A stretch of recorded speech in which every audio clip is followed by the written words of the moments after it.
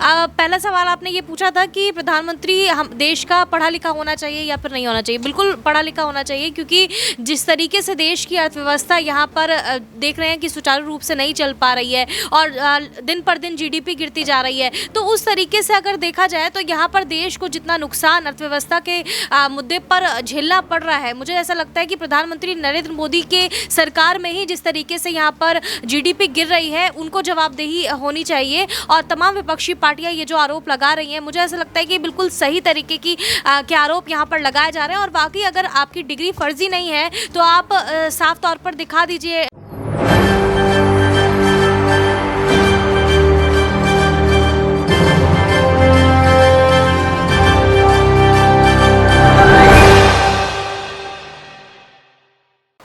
नमस्कार, मैं हूं राहुल शर्मा। आप देख रहे हैं एसपी9 न्यूज़ और स्वागत है आप सभी का हमारे इस प्रोग्राम में। और प्रोग्राम की शुरुआत इस वक्त हम कर रहे हैं चुनावों से। चुनाव चाहे विधानसभा के हों या फिर चुनाव लोकसभा के, लेकिन ऐसा क्यों कहा जा रहा है कि लोकसभा चुनाव से पहले मोदी सरकार की मुश्किलें बढ़ रही हैं? और क्या देश के प्रधानमंत्री नरेंद्र मोदी 2024 से पहले ही इस्तीफा दे देंगे? दरअसल मोदी सरकार के सामने तमाम ऐसे सवाल हैं जिन सवालों का जवाब सरकार ना तो दे पा रही है और ना ही सरकार उन सवालों का जवाब देना चाहती है, जिनमें एक बड़ा मुद्दा ईवीएम को लेकर है और दूसरा बड़ा मुद्दा प्रधानमंत्री नरेंद्र मोदी की फर्जी डिग्री को लेकर। हालांकि नए संसद भवन को लेकर भी सरकार बुरी तरीके से फंसी हुई है और सीधे तौर पर देखा जा रहा है कि सरकार से विपक्षी पार्टी के नेताओं का जो सवाल है वो यही बता रहा है कि सरकार क्या वाकई जब उनसे जुड़े मुद्दे होते हैं उस पर बात नहीं करती, और क्यों दो ऐसे मुद्दे जो हैं वो सरकार के लिए कुछ ऐसा बन चुका है जो सरकार के गले की फांस है। देखिए, ईवीएम यानी कि इलेक्ट्रॉनिक वोटिंग मशीन और ईवीएम जैसा मुद्दा जो है वो बहुत पहले से लगातार उठाया जाता रहा है। हालांकि चुनाव आयोग की तरफ से ये रुख स्पष्ट कर दिया गया है कि ईवीएम में कोई गड़बड़ी नहीं है और ये विपक्षी पार्टियों की तरफ से उड़ाई जा रही केवल एक मात्र अफवाह है। हालांकि सत्ता पक्ष की तरफ से भी ये कहा जाता रहा है कि विपक्ष के पास मुद्दे ना होने की वजह से विपक्ष इस तरीके की बातें करता है। और दूसरा सबसे बड़ा मुद्दा हमारे देश के प्रधानमंत्री नरेंद्र मोदी की डिग्री को लेकर है। देखिए, एक नेता और मंत्री का पढ़ा लिखा होना ज़रूरी है और ये बात आम आदमी पार्टी ही नहीं, ये बात कांग्रेस पार्टी भी कह रही है और तमाम विपक्षी पार्टियां भी कह रही हैं। सीधे तौर पर अपने दर्शकों को बता दें कि अगर देश का प्रधानमंत्री पढ़ा लिखा होगा, देश के नेता और मंत्री पढ़े लिखे होंगे तो अर्थव्यवस्था को, राज्य को चला पाएंगे। और अगर नहीं पढ़े लिखे होंगे तो जाहिर तौर पर जो हालात 2014 के बाद हम देख रहे हैं वही स्थिति होगी। 2014 से पहले आप देखिए, मैं मनमोहन सिंह जी का जिक्र करना चाहूँगा, जब कांग्रेस के वक्त में प्रधानमंत्री चेहरे थे, प्रधानमंत्री की जिम्मेदारी संभाल रहे थे, अर्थशास्त्री उन्हें माना जाता है, इकोनॉमी की बहुत अच्छी समझ है उन्हें, और इसी वजह से हमारे देश की जो जान है, जिसे जीडीपी कहा जाए, अर्थव्यवस्था कहा जाए, वो सुचारू रूप से चल रही थी। लेकिन 2014 के बाद आप देख लीजिए कि देश की इकोनॉमी सीधे सीधे तौर पर पटरी से नीचे तो उतर गई है, लेकिन ये भी देखा जा रहा है कि देश में जैसे जैसे महंगाई और बेरोजगारी का ग्राफ बढ़ रहा है वैसे वैसे देश की जीडीपी पर इसका फर्क पड़ रहा है। इसी मुद्दे पर बातचीत करने के लिए हमारे साथ हमारे तमाम सहयोगी जुड़ेंगे, जिनसे एक एक करके सवाल लेंगे। और सबसे पहले मानसी हमारे साथ हैं। मानसी, विपक्षी पार्टियों की तरफ से बात करें, विपक्षी पार्टी के नेताओं का जिक्र करें, चाहे दिल्ली के मुख्यमंत्री अरविंद केजरीवाल हो या उद्धव ठाकरे या ममता बनर्जी, अखिलेश यादव, हर कोई ये कह रहा है कि देश के प्रधानमंत्री का पढ़ा लिखा होना ज़रूरी है। क्या वाकई पढ़ा लिखा होना इतना ज़रूरी है? और पढ़ा लिखा होना ज़रूरी है तो क्या जो प्रधानमंत्री नरेंद्र मोदी जी जो अभी तक ये कहते रहे कि मैं तो 6ठी क्लास के आगे पढ़ाई नहीं करने गया, फिर आपके पास 10th का, 12वीं का, ग्रेजुएशन, पोस्ट ग्रेजुएशन का जो रिजल्ट आया वो सब क्या वाकई फर्जी है? देखिए, जिस तरीके से विपक्षी पार्टियां ये आवाज़ उठा रही हैं लगातार कि प्रधानमंत्री नरेंद्र मोदी की डिग्री जो है वो फर्जी है, अरविंद केजरीवाल ने ये आवाज़ उठाई और उनको कोर्ट में घसीटा जा रहा है अभी, तो लगातार इस पूरे मुद्दे पर प्रधानमंत्री नरेंद्र मोदी तो गिरते हुए नजर ही आ रहे हैं। पहला सवाल आपने ये पूछा था कि प्रधानमंत्री हम देश का पढ़ा लिखा होना चाहिए या फिर नहीं होना चाहिए। बिल्कुल पढ़ा लिखा होना चाहिए, क्योंकि जिस तरीके से देश की अर्थव्यवस्था यहाँ पर देख रहे हैं कि सुचारू रूप से नहीं चल पा रही है और दिन पर दिन जीडीपी गिरती जा रही है, तो उस तरीके से अगर देखा जाए तो यहाँ पर देश को जितना नुकसान अर्थव्यवस्था के मुद्दे पर झेलना पड़ रहा है, मुझे ऐसा लगता है कि प्रधानमंत्री नरेंद्र मोदी के सरकार में ही जिस तरीके से यहाँ पर जीडीपी गिर रही है उनको जवाबदेही होनी चाहिए। और तमाम विपक्षी पार्टियां ये जो आरोप लगा रही हैं, मुझे ऐसा लगता है कि बिल्कुल सही तरीके की के आरोप यहाँ पर लगाए जा रहे हैं। और बाकी अगर आपकी डिग्री फर्जी नहीं है तो आप साफ तौर पर दिखा दीजिए कि डिग्री, और अगर भारतीय जनता पार्टी की तरफ से डिग्री दिखाई भी गई थी लेकिन उस पर भी कई सवालिया निशान अरविंद केजरीवाल ने खड़े किए, उसका जवाब बीजेपी के पास अभी तक नहीं है। हालांकि कोर्ट में अब ये मामला पहुंच चुका है, लेकिन जैसा कि हम लगातार जानते हैं कि कोर्ट में भी जब ये सुनवाई चलती है, ये मामला चलता है इस तरीके के, तो मोदी के हक में ही कई दफ़ा फैसले आते हुए नजर आते हैं। तो ऐसे में कोर्ट की कानून व्यवस्था पर भी कई तरह के सवालिया निशान खड़े किए जा रहे हैं। तो ऐसे में तमाम विपक्षी पार्टियां यहाँ पर एकजुट हो रही हैं और देखना होगा कि वाकई क्या प्रधानमंत्री नरेंद्र मोदी को इसका अंजाम 2024 में भुगतना पड़ेगा या फिर नहीं। मानसी, एक सवाल पुलवामा हमले को लेकर भी है, और जिस तरीके से जो पुलवामा हमला होता है 40 जवान हमारे देखते हैं शहीद हो जाते हैं, और हमारे देश में एक एक जवान की कितनी कीमत है। देखिए, देश के जो जवान है ना, ये जो सैनिक हैं, ये सरहद पर रहते हैं, 24 घंटे ड्यूटी देते हैं, तभी हम आप और हमारे देश की जो मुल्क की जो आवाम है वो शांति और चैन से सो पाती है। लेकिन जब इन्हीं देश के जवानों पर बात आ जाती है तो सरकार चुप हो जाती है। और सीधे तौर पर हम देख रहे हैं कि मानसी, देश में जो 40 जवान शहीद हुए उस पर सरकार की तरफ से कोई प्रतिक्रिया नहीं आती, लेकिन जो जम्मू कश्मीर के उस वक्त राज्यपाल के पद पर थे, मैं अगर बात करूं सत्यपाल मलिक जी, उन्होंने जो खुलासा किया, हमने देखा कि उन पर ही ईडी सीबीआई बिठाना शुरू कर दिया गया। बिल्कुल, सत्यपाल मलिक जैसा कि तमाम इंटरव्यूज में ये दावा करते हैं कि वो उन्होंने आवाज़ उठाने की कोशिश की, लेकिन प्रधानमंत्री नरेंद्र मोदी ने उनको कह दिया कि आप चुप रहिए, आप तमाम ये बातें मत करिए, मीडिया के सामने आप कोई भी खुलासा नहीं करेंगे। तो लेकिन अब ये खुलासा सत्यपाल मलिक की तरफ से किया जा रहा है, और वाकई जब देश के 40 जवान शहीद होते हैं तो इसकी जवाबदेही सरकार की ये बनती है कि आखिरकार सुरक्षा व्यवस्था में कहाँ चूक रह गई और देश के 40 जवान कैसे शहीद हुए। जो लगातार देश की सरहद पर जवान जो है वो खड़े रहते हैं, हमारी सुरक्षा करते हैं, लेकिन उनकी ही जब शहादत हो जाती है, शहीद हो जाते हैं वो, तब उनकी कोई जवाबदेही देने के लिए सरकार जो है वो आगे नहीं आती। जब एयर स्ट्राइक किया जाता है जवानों की तरफ से, तब ये ज़रूर कह दिया जाता है, अब क्रेडिट लेने के लिए सरकार ज़रूर पहुंच जाती है, लेकिन जब कमियां उजागर करनी होती हैं तो उसके लिए हमेशा चुप्पी साध ली जाती है उनकी तरफ से। तो ये सवाल लगातार उनसे पूछे जा रहे हैं। जी, बहुत बहुत शुक्रिया आपका। और देखिए, सबसे बड़ी बात है कि जब चुनाव का वक्त होता है और जाहिर तौर पर सरकार जो है, सरकार से सवाल पूछना लाजमी है, क्योंकि सरकार से सवाल नहीं पूछे जाएंगे तो क्या विपक्षी नेताओं से सवाल पूछे जाएंगे। और आखिरकार देखिए, मुद्दा ये नहीं है कि सरकार जवाब क्यों नहीं दे रही, मुद्दा ये है कि जब मामला गांधी परिवार से जुड़ा होता है, जब मामला विपक्षी पार्टियों से जुड़ा होता है, तो भारतीय जनता पार्टी का आईटी सेल एक्टिव हो जाता है, भारतीय जनता पार्टी के तमाम केंद्रीय मंत्री एक्टिव हो जाते हैं, पार्टी का विधायक एक्टिव हो जाता है, सांसद एक्टिव हो जाता है। लेकिन इनकी एक्टिविटी तब कहां नजर आती है जब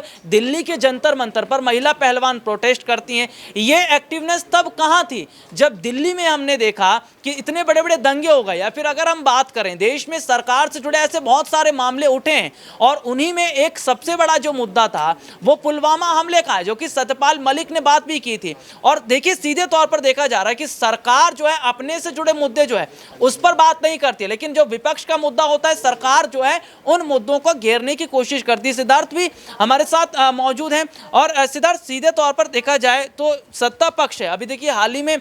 जो आपातकाल की जो वर्षगांठ थी वो मनाई गई, इस पर हम देखते हैं कि भारतीय जनता पार्टी का तमाम एक्टिव जो आईटी सेल है वो एक्टिव हो जाता है, नेता कार्यकर्ता एक्टिव हो जाते हैं। लेकिन ये लोग उस वक्त कहाँ होते हैं जब महिलाओं के इंसाफ की बात होती है, देश में जवानों की शहादत पर बात होती है, देश में महंगाई पर बात होना, बेरोजगारी, शिक्षा, स्वास्थ्य, उन मुद्दों पर सरकार नहीं बोलती। या हमारे देश के प्रधानमंत्री नरेंद्र मोदी जो 2014 के बाद से केवल अपने मन की बात कर रहे हैं, किसानों की बात सुनी नहीं, बेरोजगारों की बात सुनी नहीं, नौजवानों की बात नहीं सुनी। तो सिद्धार्थ, क्या सरकार जो बनी है वो केवल अपने मन की बात करने के लिए और जनता के मन की बात नहीं? देखिए, जिस तरह से ये सारा का सारा मुद्दा लगातार एक के बाद एक सामने आता जा रहा है, इस बात को लेकर के अगर सही ढंग से विश्लेषण करें तो इसका एक ही पक्ष निकलता है कि सरकार की नीतियाँ हमेशा से ही जो है, सरकार की नीतियाँ हर एक वर्ग को जो है वो संतुष्ट रखने में कामयाब नहीं रह पाई हैं। आप जिस तरह से देखते हैं कि कई सारे मुद्दों पर आप देख सकते हैं कि किसानों के मुद्दे पर जिस तरह से 3 कृषि कानून आए थे। इसके अलावा आप देखते हैं कि और भी बहुत सारे मामले, जैसे आप महिला पहलवानों के बारे में देखते हैं। तो ये सारे मुद्दे कहीं ना कहीं सरकार को जो है घेरने के लिए लगातार जो है वो काफ़ी नज़र आते रहे हैं। जी, अपनी बात आगे रखेगा, यही तो सवाल है। क्या अगर देश के मुद्दे पर सरकार नहीं बोल रही तो फिर तो सवाल यही खड़ा है ना कि एक देश के प्रधानमंत्री को फिर पढ़ा लिखा होना जरूरी है। अगर पढ़े लिखे हैं तभी देश की जीडीपी को समझेंगे, देश के मुद्दों को समझेंगे, तभी तो जाकर वो देश के हालातों पर चर्चा कर पाएंगे। अगर पढ़े लिखे नहीं होंगे या अगर डिग्री नहीं होगी या पढ़ाई नहीं की होगी तो फिर तो वही होगा धर्म और जाति वाली बात, वहां पर दंगा या फिर वहां पर दंगा। जी हाँ, ये बात तो बिल्कुल सही कहा आपने कि जो है पढ़ा लिखना होना बिल्कुल ज़रूरी है। और पढ़े लिखे होने से सबसे बड़ा फ़ायदा क्या होता है कि आपकी शिक्षा जो होती है, शिक्षा आपके ज़िंदगी में आपके दिमाग को और साथ ही सोचने समझने की क्षमता को विकसित करती है। और जाहिर तौर पर जिस तरह से अरविंद केजरीवाल ने ये सारी बातें जो है शुरुआत की है, उन्होंने प्रधानमंत्री की डिग्री को लेकर के आवाज़ उठाया है। देखिए, ये सारी बातें अभी भी जो कोर्ट में चल रही विचाराधीन है और इस बारे में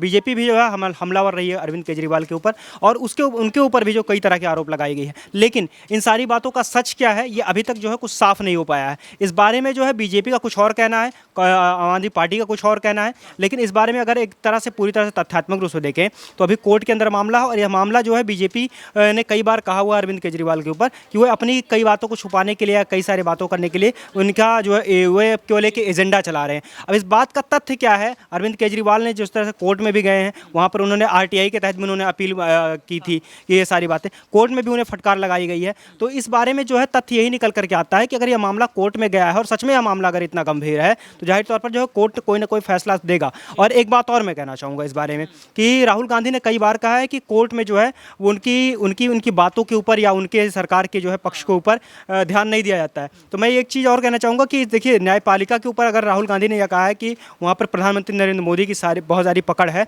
तो इस पकड़ के ऊपर अगर देखते हैं तो कांग्रेस के कई सारे मुद्दे ऐसे हैं जिसके ऊपर सीधे कांग्रेस ने जो सुप्रीम कोर्ट का रुख किया है, तो उन मुद्दों पर उन्हें राहत दी गई है। तब जो है उनको इस बात को तब भी जो है ध्यान रखना चाहिए कि क्या सच में कांग्रेस के सुप्रीम कोर्ट में जो है मोदी सरकार की केवल चल रही है। तो ये सारी बातें भी हैं, और इसके साथ ये भी समझना होगा कि अगर इन सारी बातों में मोदी की डिग्री में सच में कोई गड़बड़ है या घपला है तो इस बारे में जो है सुप्रीम कोर्ट अपना रुख जरूर स्पष्ट करेगी और ये पूरा मामला जो है जरूर साफ होगा। देखिए, पूरा मामला जरूर साफ होगा। और देखिए, सबसे बड़ी बात यह है कि 2 से 3 चीजें समझने वाली बात है। पहली चीज जो ये समझने वाली बात है कि सुनवाई नहीं हो रही है, और सबसे बड़ी बात है कि जो संसद होती है, संसद में सत्ता पक्ष के सांसद भी बैठते हैं, विपक्षी नेताओं के भी पार्टियों के भी सांसद बैठते हैं। लेकिन देखा क्या जाता है कि अगर आप सरकार से सवाल पूछ लेंगे कि सरकार महंगाई क्यों बढ़ा रही है, बेरोजगारी क्यों बढ़ा रही है, या किसानों को लेकर सरकार काम क्यों नहीं कर रही, तो फिर आप समझ लीजिए कि आधे एक घंटे के बाद ईडी और सीबीआई आपके घर पर आएगी, दरवाजा खटखटाएगी। फिर तो आपकी अगर हम कहें तो लंबी एक मुलाकात ईडी सीबीआई से होगी। और देखिए, इससे नेता अछूता नहीं रहा है। दिल्ली के मुख्यमंत्री अरविंद केजरीवाल से अगर 9 घंटे सीबीआई की पूछताछ होती है, ईडी की पूछताछ होती है, तो फिर तो आप समझ लीजिए कि आम जनता कहां पर है। नाज़मीन हमारे साथ जुड़ी हुई है। नाज़मीन, एक बहुत बड़ा सवाल ये खड़ा हो रहा है कि देश के अंदर जो हालात हैं, विपक्षी पार्टी के नेताओं तक को जो सांसद हैं उन्हें संसद भवन में नहीं बोलने दिया जा रहा है। तो फिर तो जो लोकतंत्र का मतलब अगर हम कहें तो लोकतंत्र मतलब लोगों की आज़ादी, विपक्षी पार्टी के नेताओं को भी बोलने का हक खत्म कर दिया गया है। तो क्या 2014 के बाद लोकतंत्र वाली जो प्रक्रिया है वाकई सरकार ने खत्म कर दिया और लोकतंत्र जैसी चीजें अब केवल किताबों में देखने को मिलेंगी? जी बिल्कुल, जैसा कि आपने कहा कि किताबों में देखने को मिलेंगी, वो मिल भी रही हैं, क्योंकि जब जब यहाँ पर आम जनता आवाज़ उठाए, विपक्ष आवाज़ उठाए, तो उस आवाज़ को दबाने के लिए भारतीय जनता पार्टी कोई ना कोई हथकंडे आजमाती रहती है। भारतीय जनता पार्टी का एक ही एजेंडा रह गया है कि उन्हें ही सरकार में रहना है, उन्हें ही सत्ता में रहना है और राज करना है। वो वाली नीति होती है राज डालो फूट करने वाली, यानी कि खुद ही राज करेंगे, खुद ही फूट डालेंगे और खुद ही वहाँ पर चुनावी मैदान में उतरते हुए नजर आएंगे। अब संसद में राहुल गांधी को नहीं बोलने दिया जाता है, आम आदमी पार्टी पर ईडी सीबीआई की कार्यवाही लगवाई जाती है, बिहार में भी ईडी सीबीआई की कार्यवाही है, छापेमारी करवाई जाती है, या आम आदमी पार्टी किन्हीं मुद्दों को लेकर अगर सड़कों पर उतरती है तो उनकी आवाज़ को दबाने के लिए पुलिस का इस्तेमाल किया जाता है, या फिर उनके देशद्रोही का आरोप लगा दिया जाता है। आप ये समझ लीजिए कि भारतीय जनता पार्टी का एकमात्र मकसद है कि अगर उनके लिए भलाई का काम किया जाएगा या उनको अच्छा बोला जाएगा तो वो आपके लिए काम करेगी, वरना यहाँ पर आपके खिलाफ या तो पुलिस आ जाएगी या तो ईडी सीबीआई आ जाएगी। बहुत बहुत शुक्रिया। और देखिए जो तमाम सहयोगियों से हमने बातचीत की उसमें एक बात जो है वो ये स्पष्टीकरण होती है कि अगर आप सरकार की तारीफ कर रहे हैं ना, अगर आप बोल रहे हैं कि जैसे हमारे देश के प्रधानमंत्री नरेंद्र मोदी के बहुत सारे इंटरव्यू हैं, आप जाएंगे यूट्यूब पर देख भी लेंगे, उसमें इंटरव्यू में जो सवाल पूछे गए हैं वो ये पूछे जाते हैं कि मोदी जी आप इतने स्मार्ट कैसे हैं, आपकी गुड लुकिंग कैसी है, आप आम कैसे खाते हैं, कौन सा आम आप खाते हैं। अगर ऐसे सवाल आप पूछेंगे ना तो सरकार आपको इनाम देगी, सरकार आपको जो है और भी जिम्मेदारी देगी। लेकिन अगर आपने सरकार से महंगाई और देश के मुद्दों पर सवाल पूछ लिया तो फिर वही हाल होगा जैसे राहुल गांधी की संसद की सदस्यता चली गई, या फिर वही हाल होगा ईडी और सीबीआई जो 9-9 घंटे पूछताछ कर रही है, चाहे दिल्ली के मुख्यमंत्री अरविंद केजरीवाल हो या फिर बिहार के डिप्टी सीएम तेजस्वी यादव से। और विपक्षी पार्टी सवाल तो यही कर रही है ना, क्या जो सरकारी एजेंसियां हैं वो अगर सरकार के इशारे पर काम कर रही हैं तो फिर तो 2024 का चुनाव करवाइए ही मत, क्योंकि 24 के चुनाव से पहले ही आप घोषित कर दीजिए ना कि हमारी सरकार अगले वक्त में बन ही रही है। तो जो देखिए चुनाव करवाने की जो प्रक्रिया होती है ना उसमें बहुत खर्चा होता है, ये जिम्मेदारी चुनाव आयोग की होती है। तो ऐसे में तमाम खर्चे बचेंगे। जो चुनाव होते हैं उसमें 1000-2000 रुपए नहीं, लाखों रुपए से ऊपर का खर्चा होता है, तो ये खर्चा भी बच जाएगा। और जो लाखों रुपए जो बचेंगे ये देश की गरीब जनता के लिए अगर लग जाएं तो शायद जनता का भला हो जाएगा, क्योंकि मोदी जी ने 15 लाख तो दिए नहीं, इससे ही भला हो जाएगा। आप लोगों को क्या लगता है कमेंट करके फिलहाल जरूर बताइए। आज के लिए इतना ही, आपसे फिर दोबारा मुलाकात होगी, तब तक के लिए इजाजत दीजिए, नमस्कार।